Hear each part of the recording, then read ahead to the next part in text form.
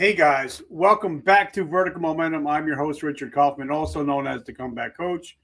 Guys, have you ever struggled with grief? Have you ever lost somebody and don't know what to do? We're going to be talking today about how to overcome grief, how to deal with grief, and how to come out the other side of grief with my brother David. He's a podcast host. He's a speaker. He's the Swiss Army knife of positivity. I'm so grateful for David to come on the show. My brother, welcome to the show. Hey, brother, thank you so much for having me. It's such an honor to be here with you today. I love it. So, first question right out of the gate: what is your definition of resiliency? My definition would be is when you get knocked down, are you going to get back up? And my answer to that is always yes. Do you remember the song or the group back in the day? I think it came out in the late '90s. I Get Knocked Down by Chumpawampa. Yep. And that was always my favorite song back in those days. And I remember the time when I first got knocked back down, and I had the choice to either crawl into a corner and let my family deal with the situation that was happening, or am I going to get back up? And that was when my resilience was tested for the first time, and that's when I got back up. And no matter how many times you get knocked down, you have the strength within yourself to be able to get back up.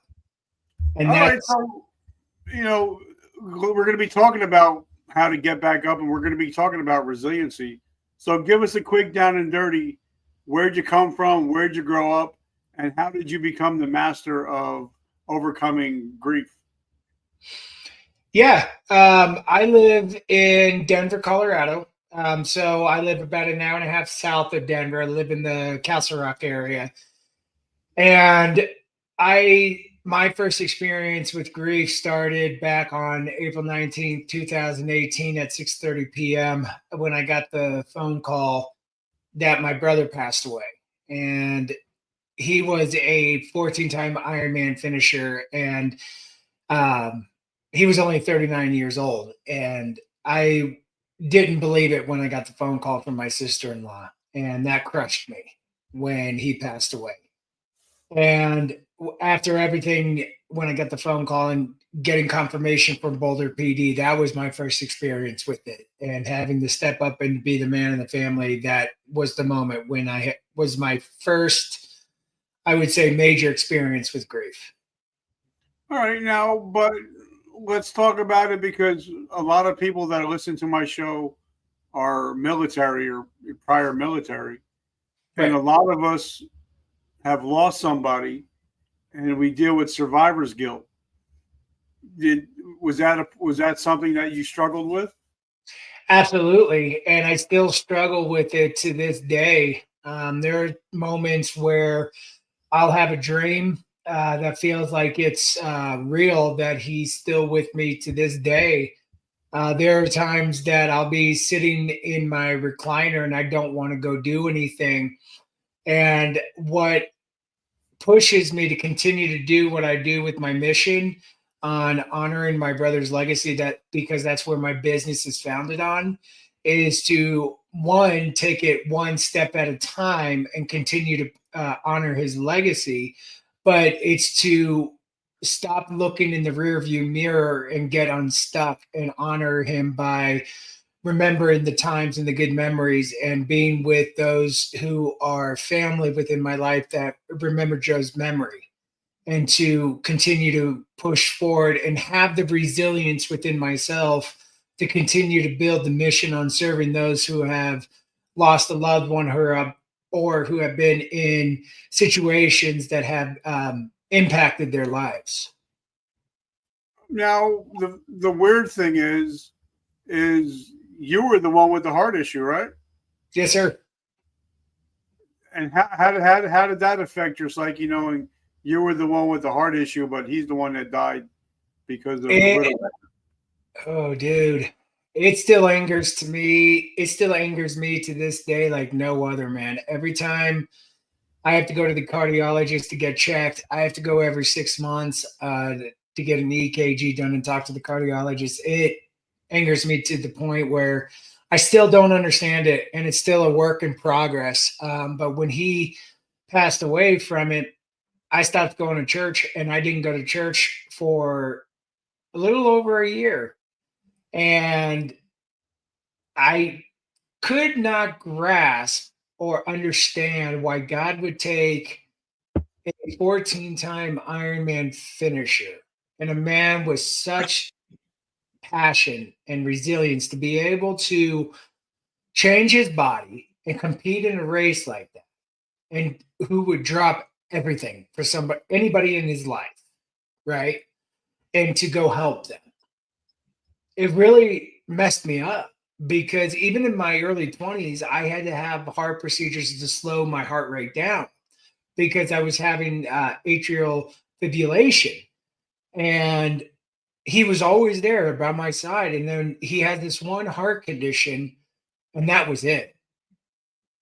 And I would have these nightmares where when he passed away in the bathroom at his, I was so angry that two strangers from his work got to be there with him in his final moments and that I couldn't be there with him. And I would have these nightmares where his eyes would be wide open and he would be terrified.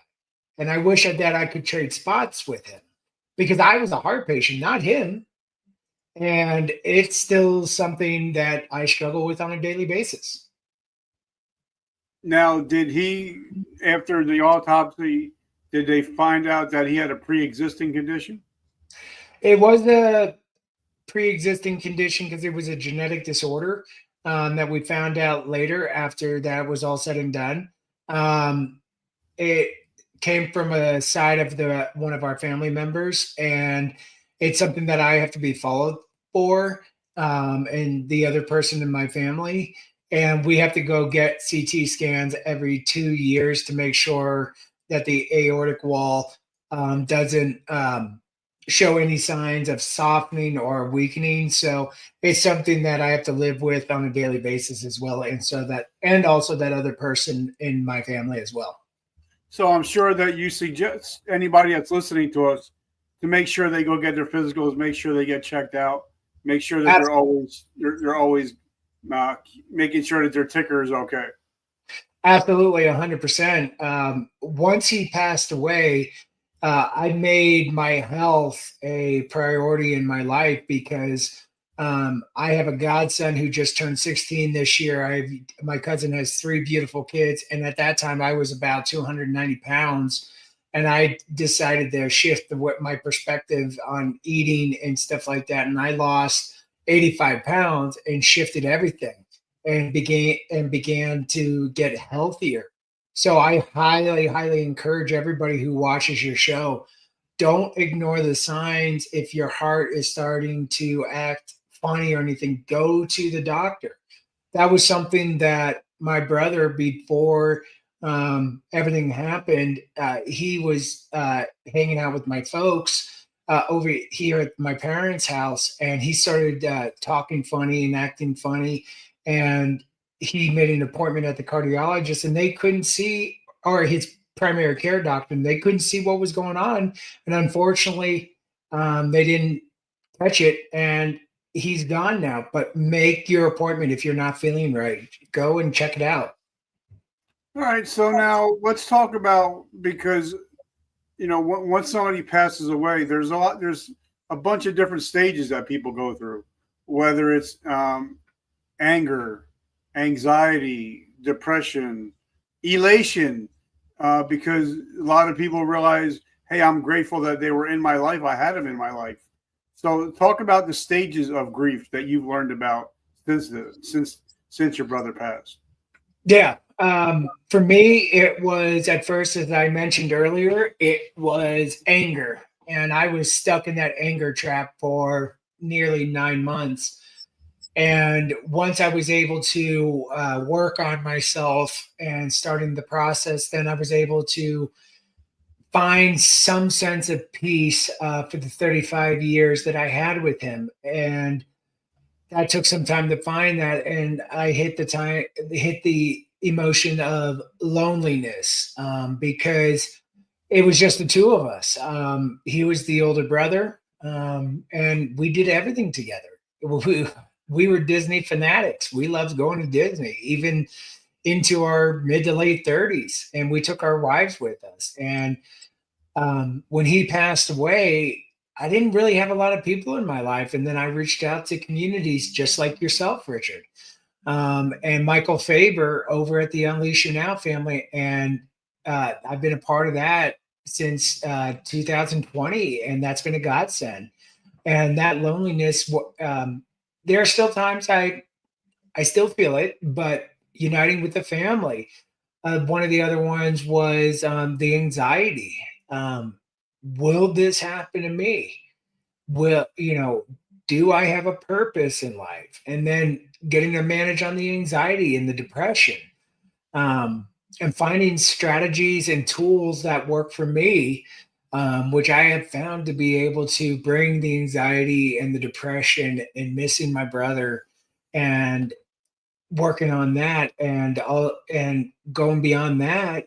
Those were the top three for me, that it took time for me to find and be able to work through it, but it was a beautiful thing once I was able to find the family. That it doesn't always have to be about blood. You can choose the family that you want, and getting out of that anger and getting happy, and reconnecting with the passions in my life, and getting control on the anxiety. That's something that you brought up was community. You Mhm. know, if I didn't have like people like Michael Faber, Faber in my life, if I didn't have Jim Burgoon in my life, um, I would feel lonely sometimes because I did lose some people, and I unfortunately I've had to cut out some people in my life, because from a negative perspective. So talk to us again, a little bit deeper about how important community is. Community is one of the most vital things, in my opinion, that all of us need. If we are going to isolate ourselves and stay at home and watch Fox News, watch movies, and complain about what's going on around in the world, and not be around people that we know deep down in our hearts and in our souls that we love, and that love us and want to be around us and want to support us, that is one of the worst things that we can do in life. Our minds will start playing tricks on us, and will start tearing families apart. And it's one of the most traumatic things that can ever happen, because we're not built to live a life by ourselves. And when communities are built like what you have built with your YouTube channel, and everything that you have built, Richard, or Michael has built with the Unleash You Now family, and what I have built within my own community, when we can bring people into our communities, and support them and love them when they don't feel like they have family of their own, and where they don't feel like they have to be by themselves, and they have a voice to be able to open up and share what they are going through. It's one of the most freeing emotions and activities that they can do, because, like I just said, we're not built to live life by ourselves. But sometimes, like I tell my friends, I would rather hear your bullshit than your eulogy. So Mhm. sometimes I think we just need to be heard. Sometimes we don't Yep. need you don't need to give me an answer. You don't need to help me. All you need to do is sometimes just listen. Yep. And I think God gives us two ears and one mouth for a reason, so we can listen twice as much as we speak. So That's how important is it just to sometimes just be vulnerable and say, I know I can reach out to you, Jim, Mike, and say, bro, I'm having a bad day. I need somebody to talk to. How important is that? that is, once again, like I just said, it's one of the most vital things that we can do as brothers. There are so many times that I've reached out to Jim, that I've reached out to Michael, and now having you in my inner circle, Richard, is one of the greatest things that God's given me because I have a very small inner circle. But when we can reach out and say, hey, bro, I am struggling so much today, I need to just vent. And being able to do that and feeling safe and knowing that it's not going to come back and bite me in the ass, it's beautiful. It's when we have that trust and that brotherhood, it's amazing. And that's something I highly, highly encourage. I've been bit in the butt before where I thought I could trust somebody. And 2 weeks after I did that, he went over to this dinner that I invited him to. And he told two guys that one guy that I thought I could trust with everything. And now that guy is no longer a part of my life or part of my organization. And, the guy showed me his true colors. And it's a good thing that he's no longer a part of what I'm building here over at MBM. But when you can share your heart with brothers and know that they always have your back, and that's Jim Burgoon, that's you, Richard, and that's Michael Faber. Yeah. I have never seen two men like Jim and Michael that will go to battle for their people. Yeah. And that's a beautiful thing. And I think, I tell everybody, in order to have a friend, you have to be a friend.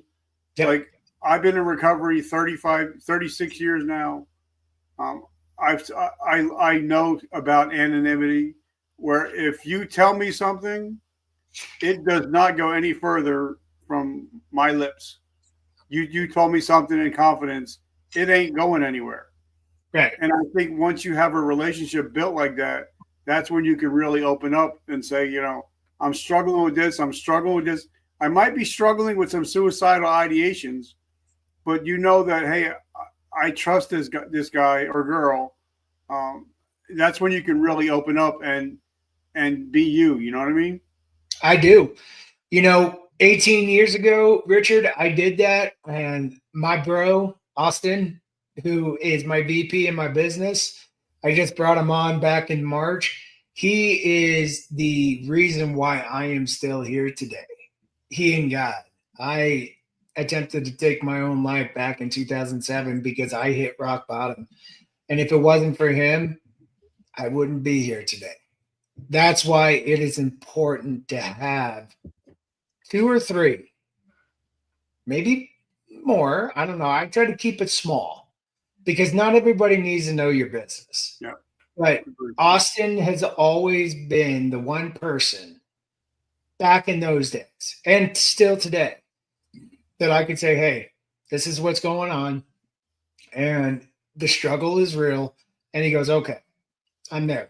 When my brother died, I didn't even have to say anything. He was in his car and he drove 10 hours down from Iowa. His wife was 8.5 months pregnant with their first son. And he spent a week with me.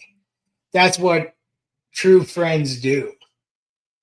Michael Faber flew down last year to Florida when I had to cancel an event because the numbers didn't meet up. Michael Faber and Dr. Rob McClellan flew down to spend my birthday with me. And I spent a week with Michael and Javier Santana. That's what true friends do. When they knew I was not happy with having to do that.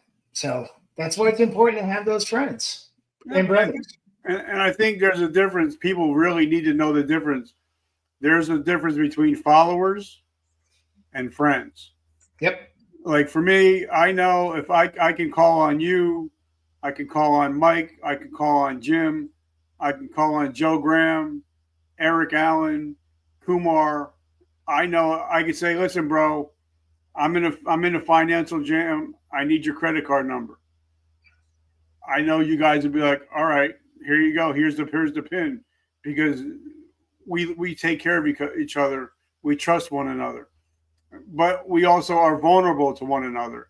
And I think that's what builds that bond, is that vulnerability. I agree.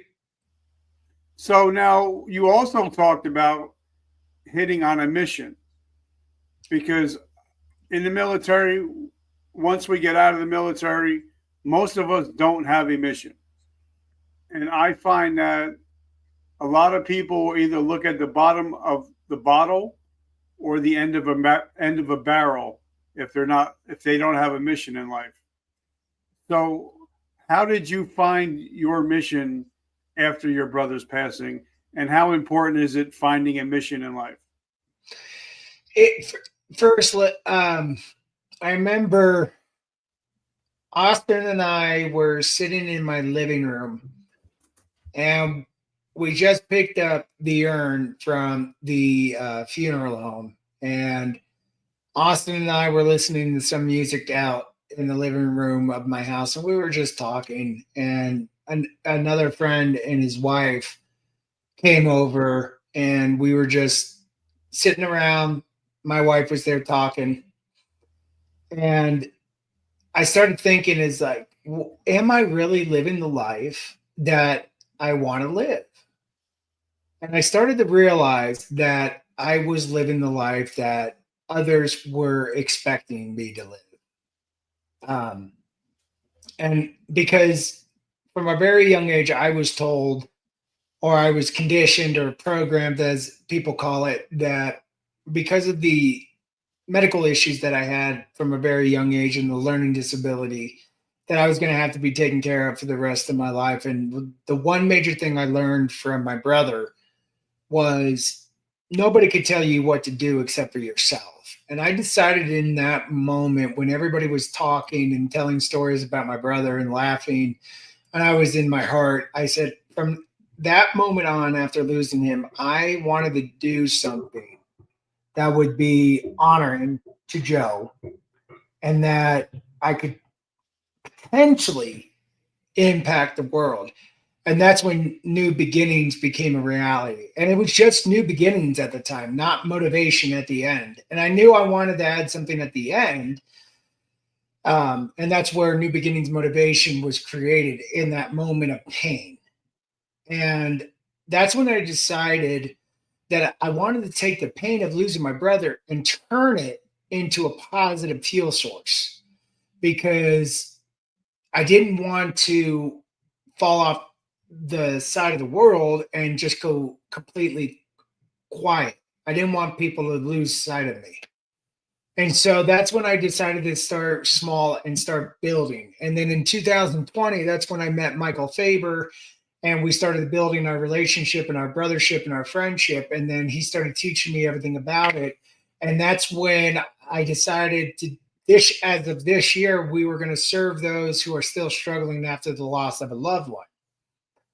And we've been building and creating, and that's when everything became just, it exploded to the point where now that this is where we're going with the publication of my book, the summits that we have been running ever since February. And it's just been one thing after another, and it's been a beautiful thing. And when I did that, instead of going to binge eating as I used to do in the past when traumatic things happened, I decided I wanted to do a positive thing for myself, because I knew if Joe was alive, or if he could come back down from heaven, he would kick me in the ass, going, "What the hell are you doing, Dave? I don't want you to ruin your life because I'm no longer here. I may not be here physically, but I'm still in your heart." And I said, "Okay." I'm not saying, Rich, that I did everything perfect. I messed up along the last 7.5 years since his death. But if it wasn't for the community, like we talked about a few minutes ago, when I messed up, I reached out to Michael, Jim, and Austin and said, "Guys, this is what I did. I need you to help me, keep me accountable." And then I would think about, is this what Joe would want me to do? So if anybody's hearing this, if you're looking at the bottle, or if you're looking at the end of a barrel, it's not worth it. Your life is so incredibly beautiful, and your story needs to be heard, and your life was put on this earth for a reason. That I want to highly encourage you to reach out to me or reach out to Rich to get the help that you need, because your mission in your life, even though you may not think you have a mission anymore, you still have a mission that needs to be heard, because God did not put us on this earth just for one circumstance. He put us on this earth for so much more that we can build off of that. So now this is a teaching podcast. So what would be your top 3 pieces of advice for somebody that's just had a loss in their life? First one is, let's get unstuck. And how do we get unstuck? We stop looking in the past. We can take the past as a learning opportunity and we can reflect on that, but we don't want to stay stuck in the past, because it's easy to be able to stay stuck in the past because we're afraid of the future, but we're not built as humans to stay, in neutral. Let's stop cheating on our future with our past, and let's get moving forward again. Let's embrace change with open arms. And that's how we get moving forward again. Okay. And how we do that is when we get moving forward again, as I call it, because I live here in Colorado and I've been here for 30 years in September, I align everything with a mountain. And when you prepare to enter a base camp, as you're preparing to climb a mountain, and I love that you guys served in our military, and I should have said this sooner. Thank you all for your service and protecting our country. We're truly grateful for each and every one of you. So from the bottom of my heart, thank you all so much. When you're getting ready to climb a mountain, you're going to enter this base camp, right? You're going to want to get your crampons. You're going to pack your backpack with food, extra rope, your tent, warm clothes. But when you enter the base camp, you're going to meet other fellow climbers and you're going to start connecting with them. And you're going to want to make sure they know what you're going to do. But most importantly, you're going to meet your guide. If you meet a guide that is wearing a Tommy Bahama shirt and shorts and sandals, and he's going to climb that way up in the mountain, do you think you're going to want to follow that guide? Or are you going to want to follow the guide that has the hiking boots, the jackets, the extra crampons, the extra ropes, and actually knows how to climb the mountain, where you can build trust, where you can connect to? When it gets hard, you can lean on, where you can trust. This is where the trust factor comes into play. This is where you can start moving forward again. And when you start rising above the base camp, that's where you can begin to move forward. And that's where the healing process can begin. And when you see that, that's when you can begin to reclaim your life. Maybe there's a part of your life that you didn't realize went dormant at the loss of that loved one that you absolutely love to do. And you bring it back with your fellow mountaineers and your guide. And it brings so much joy back in your life, and you're starting to feel that joy, and you're starting to see the light coming over the peak of the mountain. What do you think you do after that? You start celebrating your small wins. Yep. You're reclaiming your life. And as you keep ascending the side of the mountain, it's not a fast journey. Think about when you were racing an Ironman or making a Thanksgiving dinner, right? It's not a quick prep time. It takes time to build. It's the same thing when you're climbing the side of the mountain. But when you're reclaiming a certain part, you also want to reinvent yourself as well, and intertwining that old part of yourself with the new part. But when you start reclaiming yourself and reinventing yourself, that's when you start seeing the snow at the top of the peak. That's when you start seeing the summit.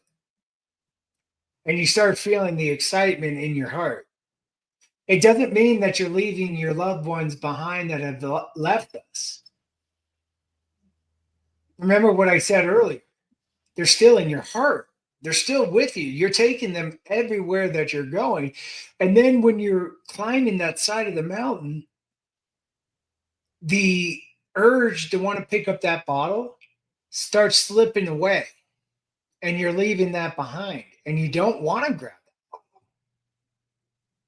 You want to start reaching for something that's more exciting by going out and climbing the mountain with friends.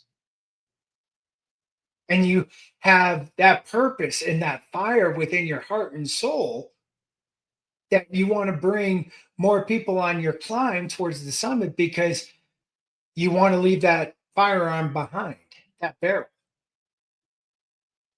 And when life gets difficult as you're climbing the side of the mountain, instead of going back to the bottle and the barrel, you want to be with your fellow mountaineers and your guide and say, hey guys, I don't know, I feel like old habits are coming back.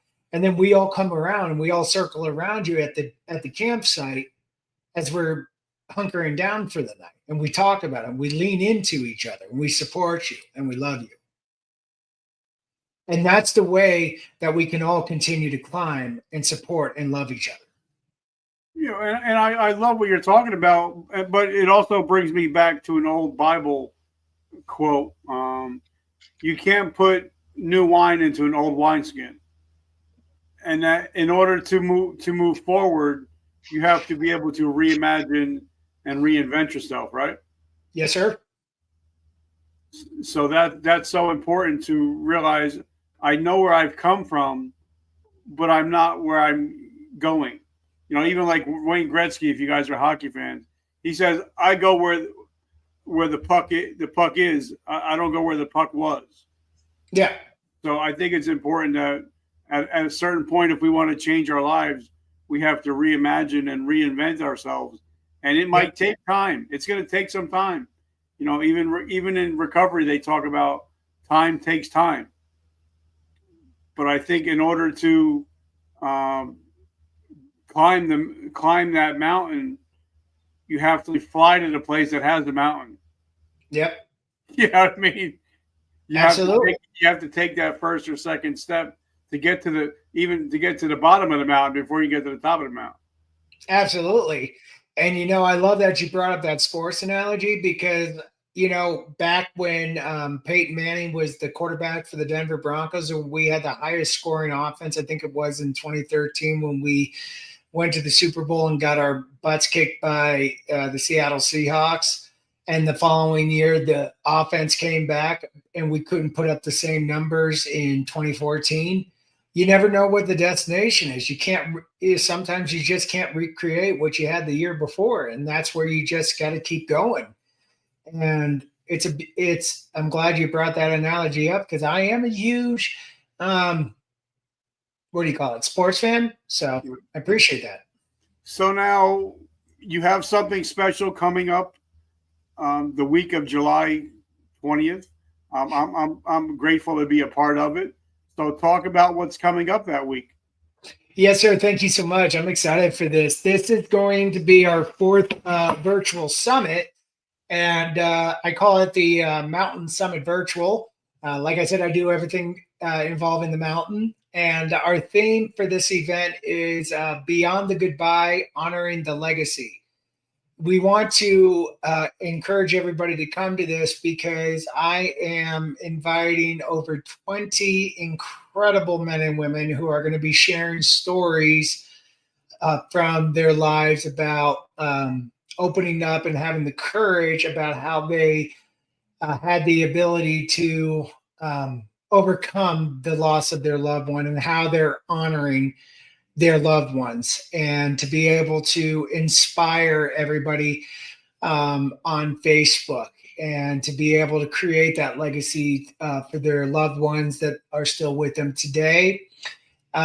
We are offering a VIP package offer with this. It's very, very low cost. But the reason why I wanted to do this is there are so many virtual events out there. There are so many in-person events, but they're charging thousands of dollars for this, right, Rich? And my intention with this is not to charge thousands of dollars because our world right now is in chaos and our world is engulfed in fear. And I wanted to pull something together with amazing hearts and souls where you can come together and be a family and be loved and be family. And I wanted to offer this out to your community. And I'm so incredibly excited that you're going to be a part of this and sharing your mission and honor the legacy of those that have left us, but also to honor the legacy and create that legacy for those who are still with us. Yeah. So then how do we get in touch with you? How do we get into your ecosystem? So if you look up, and we'll have to put this in the chat and everything, and I can send this to you because my last name is not the easiest to spell, but you can contact me through DM David Vrablik, and you can look me up on Facebook. I am rolling out the first speaker today for the event. So you can contact through me that way. You can also contact me through my VP, Austin Cunliffe.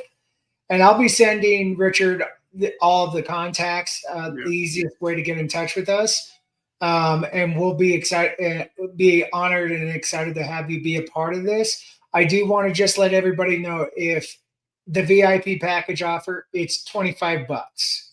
And that'll get you access into our Zoom room where you get to engage with all the speakers and all the VIP members.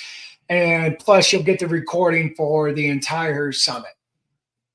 That's awesome, brother. And that I normally end that way, but when I have a friend on that we have mutual friends, I'm a big wrestling fan, and I grew up a wrestling fan. I've always been a wrestling fan, and I love when the wrestlers always shoot on the other wrestlers. So I got to ask you, your opinion and give us your thoughts on your brother, Austin. Yeah.